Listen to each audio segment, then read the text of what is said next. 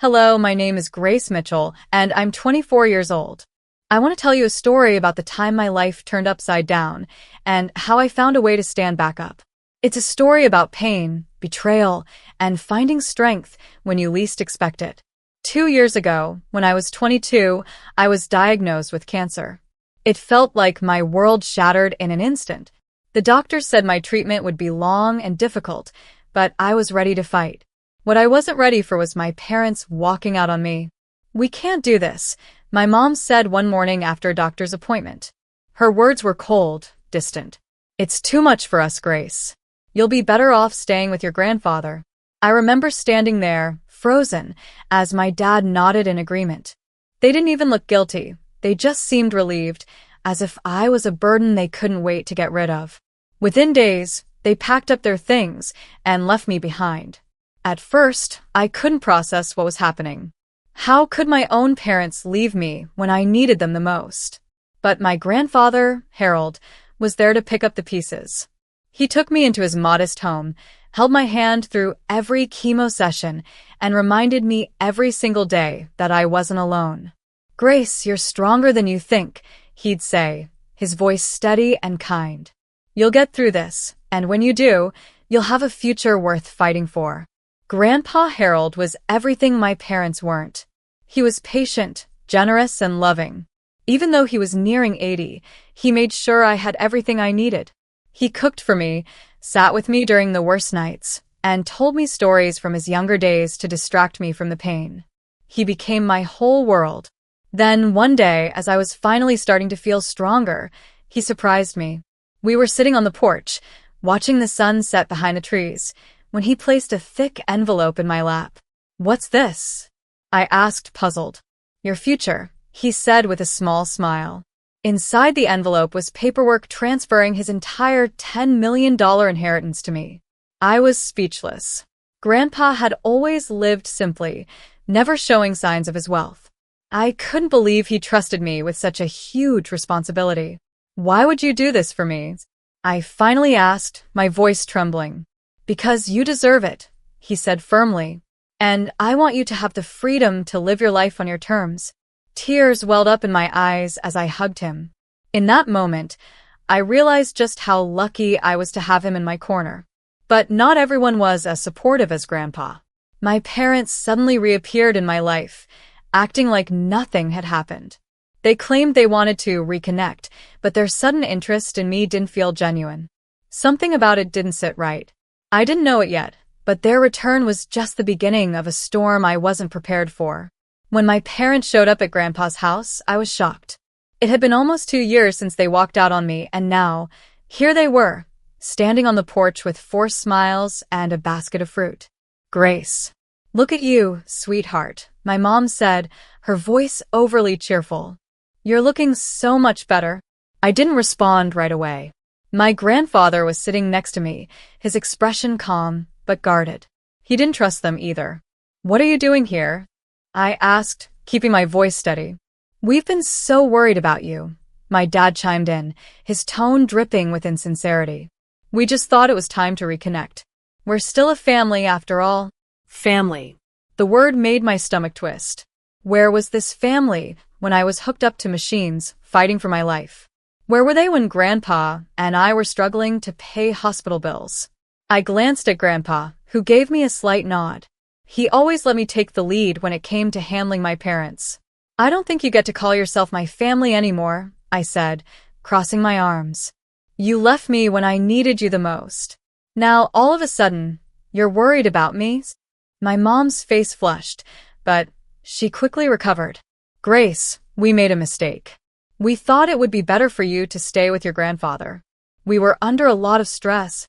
"That's a funny way of saying you abandoned me," I shot back. "Grace," my dad interrupted, his tone firmer now. "We're trying to make things right. Can't you see that?" I didn't believe them for a second, and neither did Grandpa. He stood up, his tall frame towering over them despite his age. "Grace has done just fine without you," he said, his voice steady but sharp. "If you're here because you genuinely care, then you'll respect her boundaries. If not, you're wasting your time." My parents exchanged uneasy glances. Clearly, This wasn't the warm welcome they were expecting. But instead of leaving, they doubled down. "Grandpa Harold," my mom began, her tone suddenly sweet. "We were just hoping to spend some quality time with Grace. Maybe we could all sit down together and talk things through." Before Grandpa could respond, I cut in. "What do you really want?" I asked, my voice laced with suspicion. They didn't answer right away, but the truth came out soon enough. A few weeks later, their intentions became crystal clear. My parents started dropping by more frequently, always unannounced. At first, they pretended to care about my health and how I was adjusting to life after cancer. But their questions quickly shifted. "How are you handling Grandpa's finances?" my mom asked casually one day. "It must be overwhelming for someone your age." "I'm managing just fine," I replied, keeping my tone neutral. "That's great," my dad added. "You know, if you ever need help, your mother and I would be happy to step in. We have experience with this sort of thing." I could feel the anger bubbling inside me. They didn't care about me. They cared about the $10 million Grandpa had transferred to my name.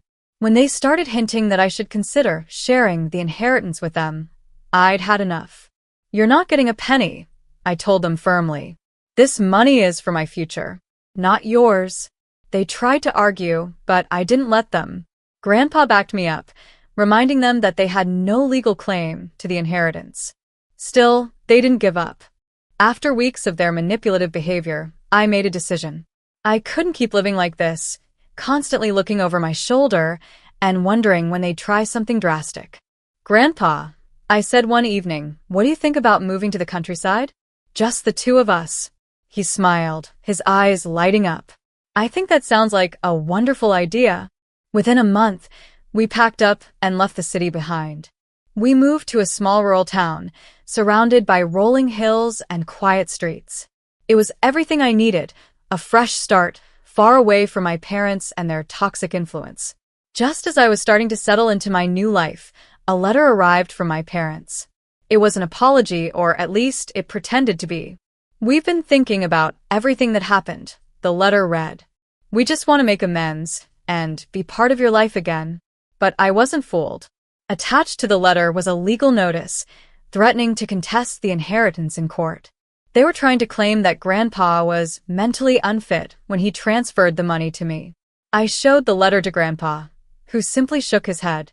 "Let them try," he said. "They don't stand a chance." Sure enough, their case fell apart in court. The judge ruled in my favor, and my parents were ordered to pay legal fees for wasting everyone's time. That was the last I heard from them. Life in the countryside was peaceful and fulfilling. Grandpa and I started a small heirloom business, restoring and selling antique furniture. I found joy in simple things: sunrise walks, gardening, and connecting with the community. I learned to let go of the anger and focus on the people who truly cared about me. Grandpa's wisdom and kindness had shown me what real love looked like, and I knew I would never settle for less. As for my parents, I forgave them in my heart, not for their sake, but for mine. They taught me a painful lesson, but I came out stronger on the other side.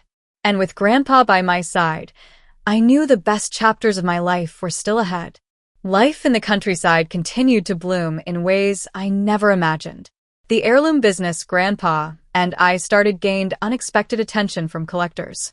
It seemed our passion for restoring forgotten treasures resonated with people looking for meaningful pieces for their homes. One day, while dusting off an old rocking chair that Grandpa had restored to perfection, a man in his mid-30s walked into our shop. His name was Ethan Carter, a local historian. He had heard about our business and wanted to collaborate on a project to restore artifacts from an abandoned mansion nearby. "This place has been untouched for decades," Ethan explained. "The family left everything behind.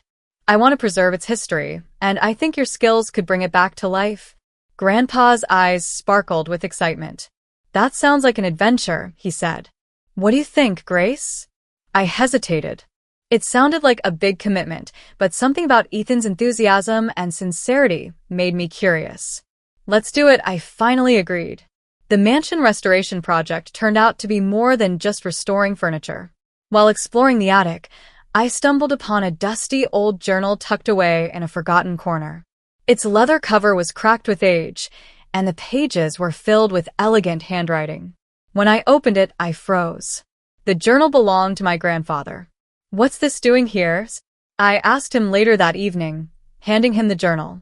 Grandpa looked at it silently for a moment before letting out a deep sigh. "I didn't think this would ever surface," he said. "There's something you need to know." The journal revealed a secret about my parents that Grandpa had kept hidden for years. They hadn't just abandoned me out of fear of my illness. They had been deeply in debt because of reckless spending and gambling. When Grandpa refused to bail them out, they turned their backs on both of us. "They didn't just leave you, Grace," Grandpa said, his voice heavy with emotion. "They wanted me to sell everything I had to cover their mistakes. When I refused, they left." Suddenly, everything made sense. Their obsession with my inheritance, their attempts to manipulate me. It wasn't just about greed. It was about desperation. Ethan became a regular presence in my life during the mansion restoration. His easygoing nature and genuine interest in my story made it hard not to open up to him. Slowly, I began to trust him, sharing parts of my life that I hadn't told anyone outside of Grandpa. "You've been through so much," Ethan said one evening as we worked on restoring an ornate bookshelf. "But you've built something amazing here. That takes strength." His words stuck with me. For the first time in years, I started to feel something I hadn't felt in a long time: hope for the future. As life moved forward, Grandpa's health began to decline. He had always been strong and full of energy, but age was catching up with him. One evening, as we sat on the porch watching the sunset, he took my hand. "Grace, I've lived a full life," he said softly. "And I've never been prouder of anyone than I am of you. Promise me you'll keep building this life you've created, no matter what." Tears streamed down my face as I promised him. A few months later, Grandpa passed away peacefully in his sleep, leaving behind a legacy of love and resilience. After Grandpa's passing, I poured myself into the business and the community he loved so much. Ethan and I grew closer, and with his encouragement, I expanded our heirloom business into a thriving restoration company. We even held workshops to teach others how to preserve their own family treasures. One day, while going through some of Grandpa's belongings, I found a second letter he had written to me. Inside was a deed to another property, a cabin deep in the woods that he had always dreamed of restoring. "This is your next adventure," the letter read. "Live your life boldly, Grace. You've earned it." With Ethan by my side and the memory of Grandpa's wisdom guiding me, I knew I was ready for whatever came next. Looking back, I realized my journey wasn't just about surviving cancer or escaping my parents' toxic influence. It was about finding myself, creating a life of meaning, and honoring the people who truly cared for me. As I stood outside the cabin Grandpa had left for me, I smiled. The future was wide open, and for the first time, I wasn't afraid.